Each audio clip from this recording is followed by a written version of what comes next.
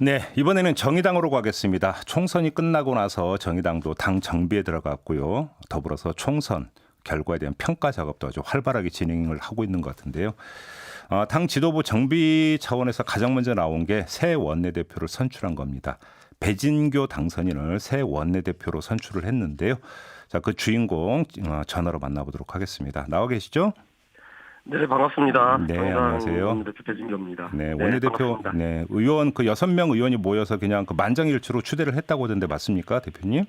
네, 네, 맞습니다. 네, 대표님께서 내가 하겠습니다 이렇게 손드셨나요, 혹시? 네, 뭐 손 든 측면도 있고요. 네, 또 당선인들께서 아무래도 네, 제가 20년간 진보정당 생활과 그래서 이제 당을 잘 이해하고 있다는 측면 하나하고 또 하나는 음. 남동구청장을 여기만 행정 경험 등을 비춰봤을 때 네. 원내대표 하는 게 좋겠다라고 하는 판단을 늘 하셨던 것 같습니다. 그런데 사실 20대 국회 때도 정의당의 의석수가 6석이었고요. 네네. 21대도 6석인데, 근데 이 6석의 그 부가가치는 좀 완전히 다른 것 같습니다. 20대 같은 네네. 경우는 이 더불어민주당이 원내 과반을 그 의결을 할 때 이루기 위해서는 네네. 정의당의 협조가 정말 필수적이었던데 반해서 네네. 21대 국회는 민주당만 177석이거든요. 네네. 자, 이렇게 된다면 그 정의당의 의석수의 부가가치는 떨어진다고 봐야 될 것 같은데 어떤 전략으로 의장이 임할 계획이세요? 네, 말씀 주신 것처럼 20대 국회에서의 정의당의 원내세 교섭력은 다른 진보정당의 시기보다는 대단히 높았다고 보여지는데요. 예. 근데 그에 반해서 말씀드린 것처럼 슈퍼 여당이 된 지금 상황에서 저희 6석의 교섭력은 그렇게 크지 못할 것이라고 하는 현실적 판단도 저희들도 하고 있습니다. 다만 네. 지금 국민들께서 슈퍼 여당을 만들어 주신 것은 개혁을 더디게 하지 말라라고 하는 뜻, 네. 그리고 개혁을 제대로 하라라고 하는 측면이 있기 때문에 예. 저희 정의당의 입장에서는 개혁을 제대로 하고 있는지, 그리고 개혁의 속도가 어떤지, 예. 그리고 개혁의 방향이 정말 맞는 건지, 음흠. 이런 부분에 대해서 개혁의 방향파의 역할을 해야 알겠습니다. 된다고 생각을 하고 있고요. 네. 특히는 이제 민생 위기에 놓여 있는 국민의 삶과 함께하고 또 이해 당사자들의 목소리를 전달하는 정의당으로서의 고유의 역할이었던 마이크 역할을 네. 해야 된다 이렇게 생각하고 있습니다. 알겠습니다. 그런데 지금 이제 당장 현안이 뭐냐면 준연동형 비례대표제 문제인데요. 조금 전에 네네. 인터뷰했던 원유철 미래한국당 그 대표도 이건 그 폐지돼야 된다고 이제 강력히 목소리를 내고 있는데 네. 지금 민주당 안에서도 어떤 식으로든지 손을 봐야 된다는 목소리가 나오고 있거든요. 네네. 정의당은 어떻게 임할 생각이세요? 뭐 지금 당장 이 논의를 시작하는 수는 없을 거라고 봅니다. 일단은 코로나19의 민생 위기를 극복하는 것이 지금 여야 모두 네, 정당들이 해야 될 일이기 때문에 네. 이 문제는 좀 시간을 두고 논의를 하되 저희들 정당 입장에서는 민심 그들의 국회 연동형 비례제의 관점에서 네. 다시 논의를 시작해야 된다고 생각을 하고 있고요. 특히는 2022년 지방선거가 또 예정되어 있는데 네. 지금 국회뿐만 아니라 지방의회도 일당이 독식하는 구조가 되어 있기 때문에 지방의회도 연동형 비례제 도입을 적극 검토해야 된다고 생각합니다. 오히려 이제 거꾸로 지방선거에서도 연동형이 도입이 돼야 된다 이런 말씀이시네요. 네, 그렇습니다. 그럼 관련 법안 지금 준비에 들어가신 겁니까? 정의당 차원에서? 지금 준비 작업을 하고 있습니다. 그래요?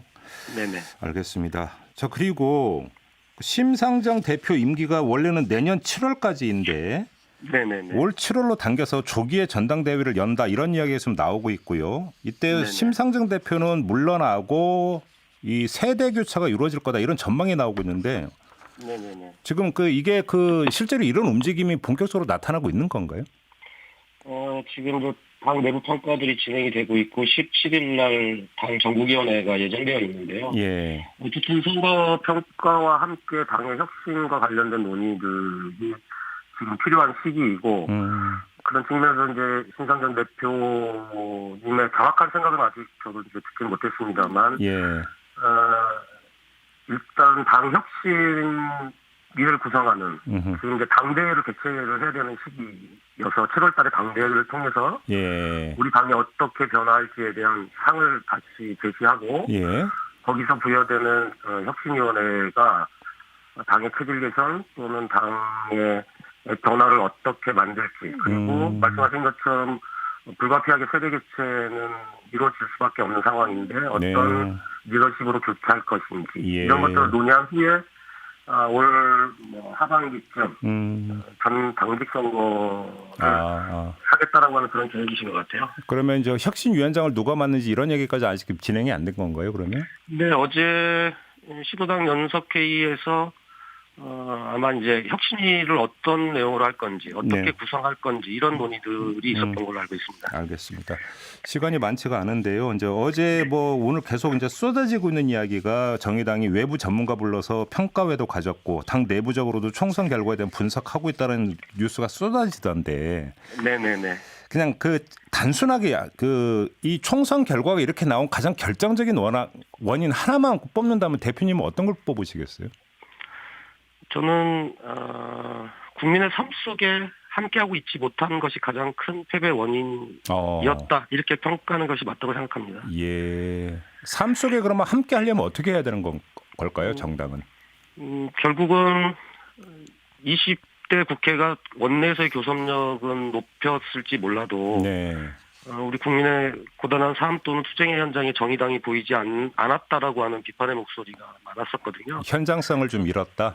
네네. 그런 측면에서 진보정당의 미래는 현장에 있다고 보고 저희 21대 당선인들은 원내도 중요하지만 또 한편으로는 정의당 고유의 역할이었던 그렇죠. 우리 국민들의 삶의 위기의 현장에 언제든지 있어야 된다. 이렇게 생각을 하고 있습니다. 그 말씀을 하셨으니까 그럼 추가 질문 하나만 드릴게요. 지금 코로나19를 두고 집권 여당은 국난으로 규정을 하고 있지 않습니까? 그러면서 여러 가지 대안을 내놓고 있는데 자, 어떤 민생이 피폐해지고 있는 이 국난 국면에서 진보 정당인 정의당이 만약에 대안으로서 핵심적인 문제가 이거라고 제시한다면 어떤 게 있을 수가 있을까요? 1차적으로는 전국민 고용보험제를 대통령께서도 언급을 하셨는데 지금 코로나19 위기를 통해서 확인된 거는 비정규직 노동자들, 그다음에 단기 임시직 노동자들이 실제로 일자리를 했을 때 대책이 없다는 거였거든요. 그런 측면에서 전국민 고용보험제를 보험료를 얼마 낼 것이냐라고 하는 논란을 피하기 위해서라도 소득을 기준으로 전국민 고용보험을 다시 재설계해야 된다는 말씀을 드리는 거고요. 또 하나는 지금 제일 중요한 것이 이 코로나19 이후에 대한민국 사회를 어떻게 이끌고 갈 것인가. 그리고 4차 산업혁명이 지금 진행되고 있는 시기에 산업 재편들이 이루어지고 있는데 이런 시기에 대한민국의 상을 어떻게 잡아갈 것인가 라고 했을 때 저희 정의당은 21대 총선에서 첫 번째로 그린 뉴딜 시대를 열어야 된다 이런 말씀을 드렸습니다. 알겠습니다. 그래서 이런 그린 뉴딜을 통해서 해고 없는 전직 이런 과정들을 잘 만들어 가야 된다고 생각합니다. 자, 말씀 여기까지 드릴게요. 고맙습니다. 네, 감사합니다. 네, 지금까지 정의당의 배진교 신임 원내대표였고요. 지금 제주도에 비가 많이 오는 것 같습니다. 제주도 산지에 호우경보가 발효가 됐습니다. 현지 주민분들 피해 없도록 각별히 주의하셔야 될 것 같네요.